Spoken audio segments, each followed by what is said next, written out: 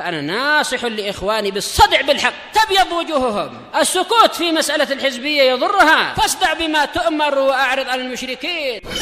سلامي على دماج ورجالها والشيخ يحيى ودار العلم يا سعد بانيها. لا إله إلا الله وحده لا شريك له وأشهد أن محمدا عبده ورسوله. Allahumma sholli ala Muhammadin abdika wa rasulika wa ala alihi wa ashabihi ajma'in, amma ba'd. Kita masuk ke muka surat 78 dari pembahasan adab ini, masih di level yang keempat. Qala al-muallifu hafizahullahu ta'ala, ad-darsul hadiyah asyar, pelajaran yang ke-11. Wa minal adabi ma'al muslimin, termasuk adab-adab bersama kaum muslimin. Qal min adabi ta'amuli ma'al muslimin, bergaul, bermuamalah dengan kaum muslimin. Yang pertama, antar hamal muslima alladhi huwa asgharu mink, engkau merahmati, mengasihani, menyayangi muslim yang mana dia lebih muda darimu. Merahmati menunjukkan sebagaimana yang diisyaratkan oleh Al-Qurtubi rahimahullah di dalam tafsir beliau, yaitu memaafkan kesalahannya, namanya masih muda atau masih anak-anak, masih kanak-kanak, masih perlu belajar banyak sehingga terkadang keliru-keliru, dan juga memberikan apa yang mungkin diberikan kepadanya, memberikan bimbingan kepadanya. Nah, ini adalah karakter ketika bergaul dengan yang lebih muda. Ini adalah di antara makna menyayanginya. Kecuali tentunya sebagaimana dalam dalil-dalil yang menunjukkan terkadang Nabi juga bersikap keras kepada yang lebih muda ketika dia berakal, dia faham kekeliruan tapi sengaja berbuat, maka perkaranya lain. Tapi hukum asalnya ini tadi. Bahkan telah dijelaskan oleh Imam Ibnul Qayyim rahimahullah sebagaimana dalam Al-Fawaid, di antara bentuk rahmat adalah memberikan sikap keras, yaitu hukuman, tapi bukan hukuman untuk membinasakan, membuat cacat, membuat jadi rusak, tetapi agar dia menjadi jera dan kemudian menjadi baik. Nah, itu juga bagian dari rahmat, bukan membuat dia menjadi kebal hukum, berbuat apapun, menyakiti tetangga dibiarkan misalkan, atau mencuri dibiarkan dengan alasan mengasihani dia. Nah, itu bukan semacam itu caranya. Tidak seperti yang terjadi di beberapa negara, selama dia diistilahkan di bawah umur, walaupun dia membunuh atau merogol atau mencuri, tak boleh masuk penjara. Ini salah besar. Karena walaupun dia di bawah umur menurut istilah sekarang ya, yaitu tak sampai 18 tahun barangkali, tapi dia sudah balik. Dia sudah mampu untuk merusak orang dan seterusnya, mampu untuk membinasakan orang lain, maka ini sangat berbahaya. Maka yang terpandang adalah tuntunan syariat, bukan undang-undang yang dibuat oleh orang-orang kafir. Yang kedua, antahtarimal muslim, tahtarim yaitu menghormati muslim, alladzi huwa akbaru mink, yang mana dia lebih tua darimu. Dijelaskan dalam kitab-kitab adab, yaitu kalau berjalan, diusahakan dia yang berjalan duluan. Walaupun kemudian di dalam kitab adab juga dijelaskan, terkadang orang yang lebih tua tidak ingin dia di depan, inginnya kita yang di depan, maka tak masalah. Tapi hukum asalnya kembali kepada hadis kabir-kabir, yaitu dahulukan yang besar, biar dia berjalan duluan. Baik, hanya saja makruf, hadis ini telah dikhususkan dengan hadis-hadis yang lain. Nabi lebih suka, kata Anas bin Malik, Nabi lebih suka jika kami di depan dan beliau itu di belakang. Ini menunjukkan tidaklah sampai tingkat wajib yang seperti itu. Demikian pula disebutkan dalam kitab-kitab adab, yaitu taqdimuhu fil kalam, mendahulukan dia di dalam pembicaraan. Jangan kita yang lebih dahulu berbicara. Kecuali kata Al-Hafidz Ibnu Hajar, jika dia khawatirkan tidak ada yang tahu kecuali orang ini, ya boleh dia bicara. Atau orang yang tua sudah diberi diberi kesempatan berbicara, namun mereka dengan pandangannya sendiri memilih tidak bicara, maka yang tahu dia berbicara walaupun dia masih muda. Itu semua dibahas di dalam kitab-kitab adab dan juga di kitab-kitab syarah. Jadi kita tidak melihat dalil dari satu sisi, tapi juga dari berbagai sisi. Melihat permasalahan bukan hanya dari satu dalil, tapi dari berbagai dalil. Dan juga di antara menghormati orang yang lebih tua adalah memaafkan ketergelincirannya. Kalau memang dia ini asalnya adalah orang yang baik, yang mulia, tidak sengaja keliru, maka tidak boleh aib-aibnya dibongkar, diburuk-burukkan di mana-mana. Tapi hendaknya dia dilindungi kehormatannya dan sebagainya. Kecuali kalau jenisnya bukan jenis yang baik, nah ini perkaranya lain. Atau dia orangnya baik, tetapi kekeliruannya akan membahayakan masalah agama. Seperti Yazid bin Aban Ar-Raqashi, dia ahli ibadah, orangnya soleh, tetapi dalam masalah hadis dia hampir dikatakan kadzab karena seakan-akan sengaja berdusta. Maka yang seperti ini dijarah oleh Yahya bin Ma'in dan lain-lain.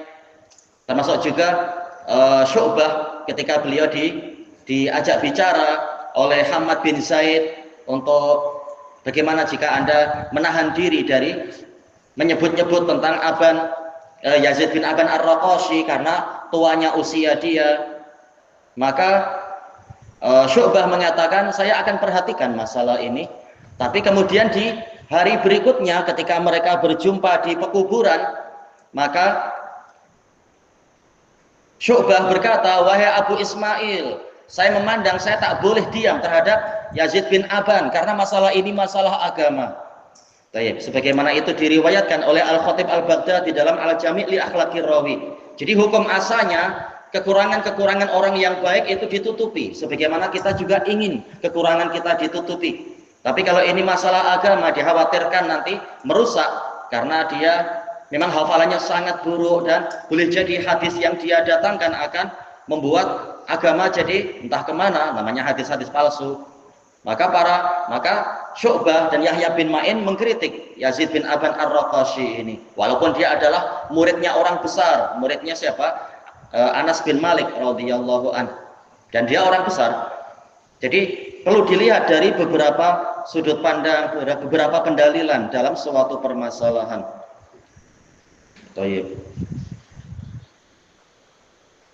Kemudian beliau mendatangkan dalil di sini an Abdullah bin Amr radhiyallahu anhuma anin Nabi sallallahu alaihi wasallam qala man la yarham saghirana, barang siapa tidak merahmati orang kecil atau anak kecil di antara kami, wa ya'rif, yaitu lam ya'rif haqqa kabirina, tidak mengetahui, tidak mengenali hak orang yang besar atau orang tua di kalangan kami, falaisa minna, maka dia bukan termasuk dari golongan kami.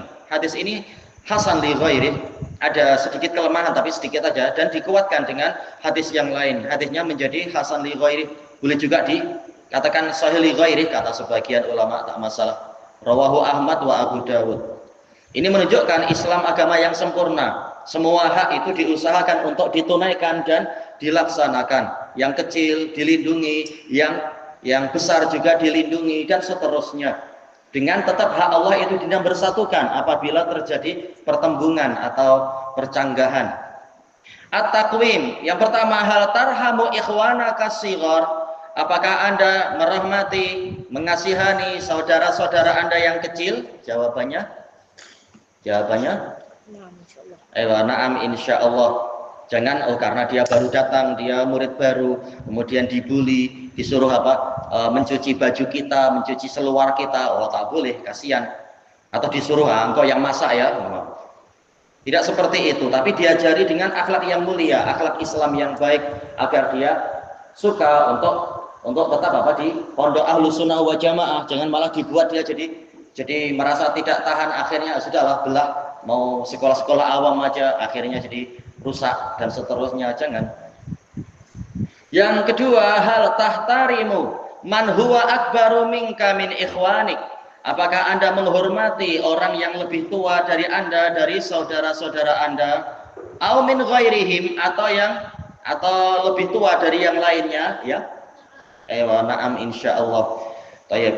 Bukan dengan alasan tua kemudian dihinakan, sudah tua, dah bau tanah. Untuk apa? Lama-lama di pondok, dah pergi sana, kerja sana. Tak boleh gitu.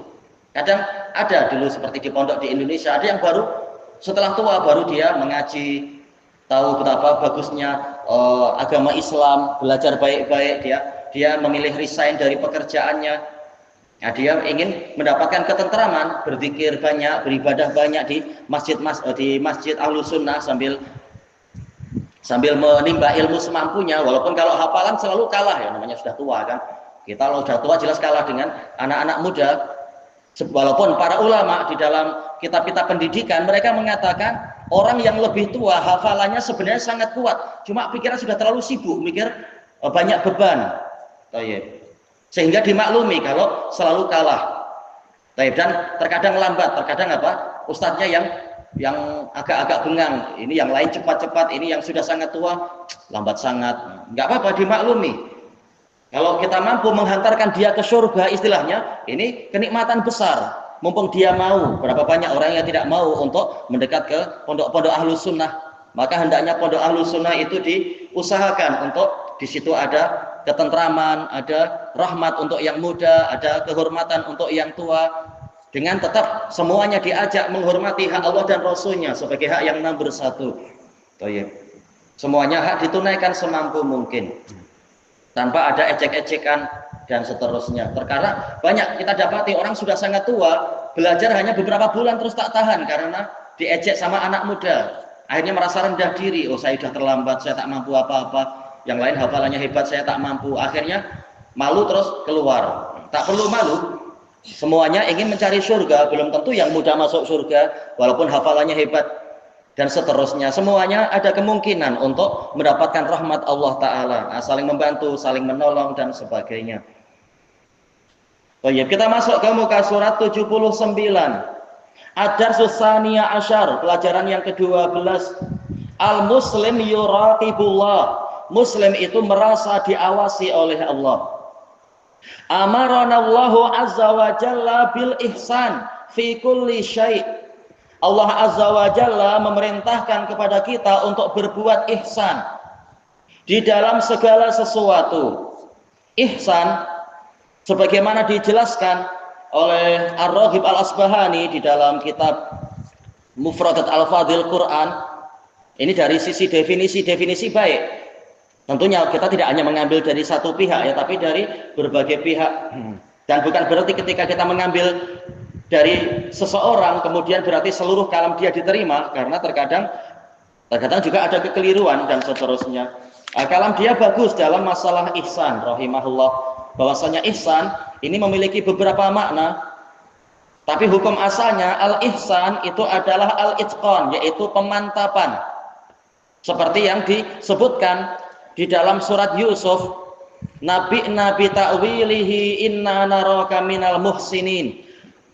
Kabarkan kepada kami takwil mimpi ini, karena sesungguhnya kami memandang engkau termasuk dari muhsinin, yaitu mutqinin, yaitu orang yang mantap di dalam penakwilan mimpi. Mungkin mereka melihat tanda-tandanya, ini sepertinya pakar takwil mimpi. Ini muhsinin di situ maksudnya adalah ahli takwil mimpi, yaitu pandai. Ihsan di dalam pekerjaannya, yaitu bagus di dalam bekerja. Al-ihsan fil amal, yaitu memang dia bagus di dalam mengerjakan pekerjaan tersebut. Ini menurut salah satu penafsiran.